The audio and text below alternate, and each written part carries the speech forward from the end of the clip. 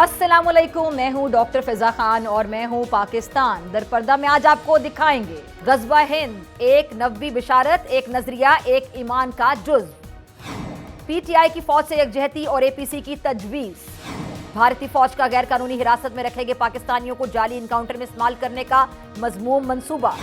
नाज़रीन, क्या गज़वा हिंद का आगाज हो चुका है? कभी तारीख के औराक पलट कर देखें तो महसूस होता है कि कुछ पेशगोइयां नस्लों के हाफजे में नक्श हो जाती हैं। गज़वा हिंद इस्लामी तारीख की उन्हीं रोशन पेशगोइयों में से एक है। एक नबवी बिशारत, एक नजरिया, एक ईमान का जुज़्व, जो वक्त के साथ साथ एक ऐसे सवाल में ढल गया है जिसका जवाब हर दौर में नए अंदाज में तलाश किया जाता है। क्या गज़वा हिंद का आगाज हो चुका है? ये सवाल ना सिर्फ मजहबी हलकों में ज़ेरे बहस है, बल्कि अब आलमी सियासत के ऐवानों में, दिफाई तज्जियों के मराकज़ में और ताकत राहदारियों में भी गूंज रहा है। गज़वा हिंद का तज़किरा अहादीस नबवी सल्लल्लाहु अलैहि वसल्लम में मौजूद है, जिनमें बरसगीर की सरजमीन पर एक बड़े मार्के की पेशगोई की गई है, जिसमें मुसलमान फतह याब होंगे। आज के दौर में जब भारतीय सरजमीन पर इंतहा पसंद हिंदू नजरिए की हुकूमत बैठी है, तो ये सवाल उठ खड़ा हुआ कि आया गज़वा हिंद के हालात क्या पैदा हो चुके हैं? मोदी सरकार की पॉलिसीज पर अगर नजर दौड़ाएं तो साफ दिखाई देता है कि भारत ना सिर्फ खित्ते को जंग की दहलीज पर ले आया, बल्कि वो एक मखसूस इंतहा पसंद हिंदू नजरिए, हिंदुत्वा के जेरे असर एक मजहबी तसादुम की राह पर चल पड़ा है। कश्मीर की आईनी हैसियत का खात्मा, अकलियतों पर हमले, मसाजिद की शहादत और मुसलमानों के खिलाफ जहर आलूद बयानात, ये सब गोया आग को तेल से सींचने के मुतरातिब हैं। और भारत की जंगी मशकें, सरहदी खिलाफ वर्जियां और पाकिस्तान पर बार बार इल्जामात लगाने की रविश सिर्फ सफारती चालाकी नहीं है, बल्कि ये एक वाज़े इश्तियार अंगेजी है। क्या यही वो माहौल है जहां गज़वा अपनी अमली सूरत इख्तियार करता है, या ये महज एक चाल है ताकि पाकिस्तान को दिफाई पोजीशन पर रखा जाए? आज की जंग सिर्फ हथियारों से नहीं, बल्कि अल्फाज और बयानियों से भी लड़ी जा रही है।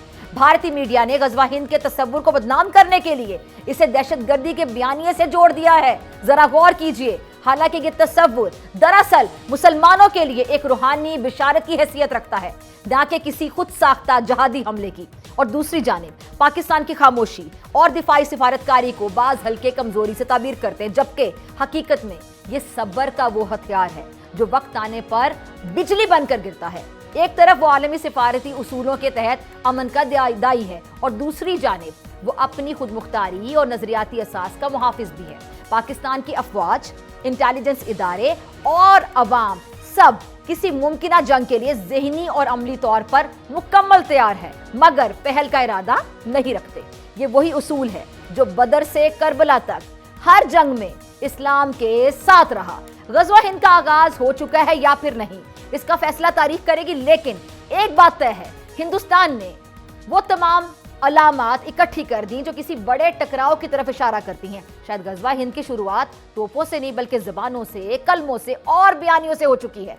और जब जंग अफकार शुरू हो जाए तो मैदान जंग महज रस्मी मरहला बन जाता है। नाज़रीन, गज़वा हिंद का तस्वुर महज अवामी जोश या जज्बाती बयानियां नहीं है, बल्कि ये अहादीस नबवी सल्लल्लाहु अलैहि वसल्लम से माखूज़ है। चंद मुस्तनद अहादीस दर्ज झैल हैं।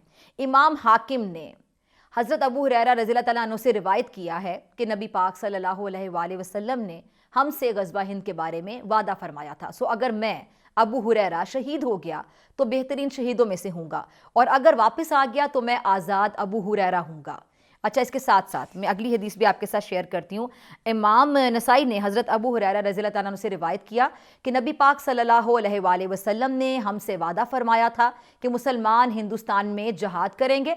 अगर वो जहाद मेरी मौजूदगी में हुआ तो मैं अपनी जान और माल अल्लाह ताला की राह में कुर्बान करूंगा। अगर मैं शहीद हो जाऊं तो मैं अफजल तरीन शुहदा में से हूँगा, और अगर मैं जिंदा रहा तो मैं अबू हुरैरा हूँगा जो अज़ाब जहन्नुम से आज़ाद कर दिया गया है।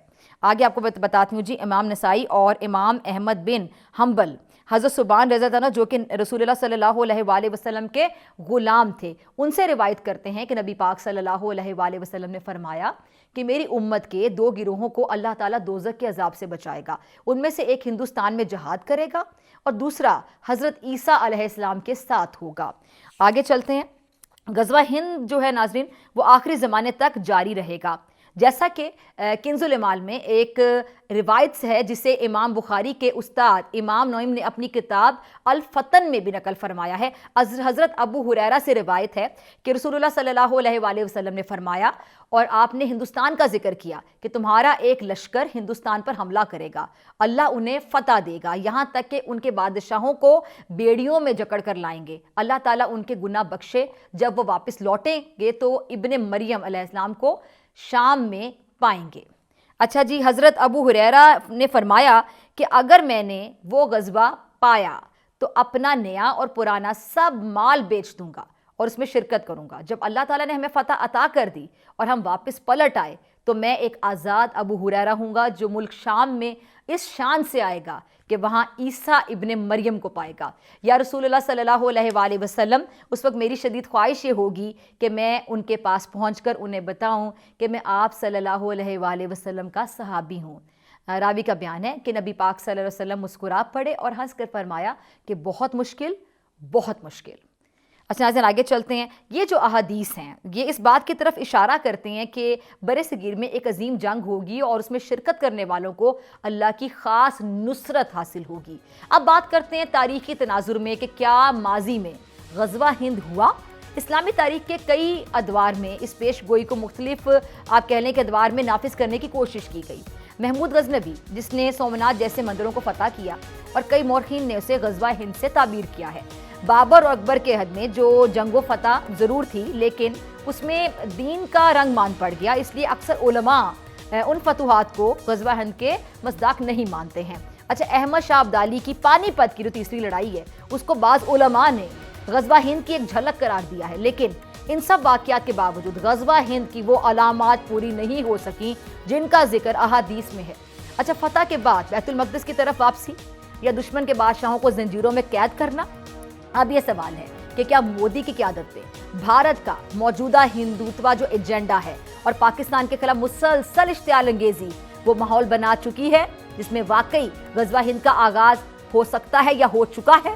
بھارتی افواج کی کشمیر میں بربریت، بابری مسجد اور دیگر جو شعائر اسلامی ہیں اس پر حملے، مسلمانوں کو دوسرے درجے کا شہری بنانے کی کوشش، پاکستان پر فالس فلیگ آپریشنز اور پانی کی بندش، یہ تمام عوامل نہ صرف جنگ کا ماحول بنا رہے ہیں بلکہ ایک ایسی آخری لڑائی کا اشارہ دے رہے ہیں جس کا ذکر احادیث میں ہوا ہے.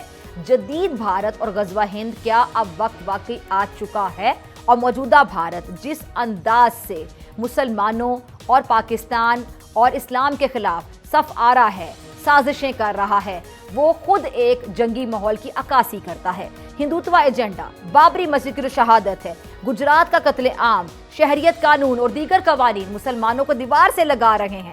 کشمیر پر جو غاصبانہ قبضہ ہے، 5 اگست 2019 کے بعد کشمیر کو بھارت سے عملاً قید خانے میں تبدیل کیا گیا.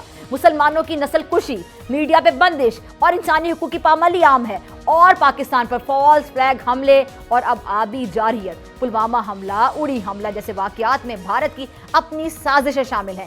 سندھ طاس معاہدہ توڑنے کی کوشش، پاکستان کو پانی سے محروم کرنے کی چال، سازش. بھارتی مسلمان خوفزدہ ہے، پاکستانی مسلمان جو فکری انتشار کا شکار ہے اور عالم اسلام خاموش ہے. یہ سب عوامل غزوہ ہند کے ماحول کو حقیقت کے قریب لے جا رہے ہیں، لیکن اصل سوال پھر باقی ہے کہ کیا ہم تیار ہیں؟ جی ہاں، ہم تیار ہیں.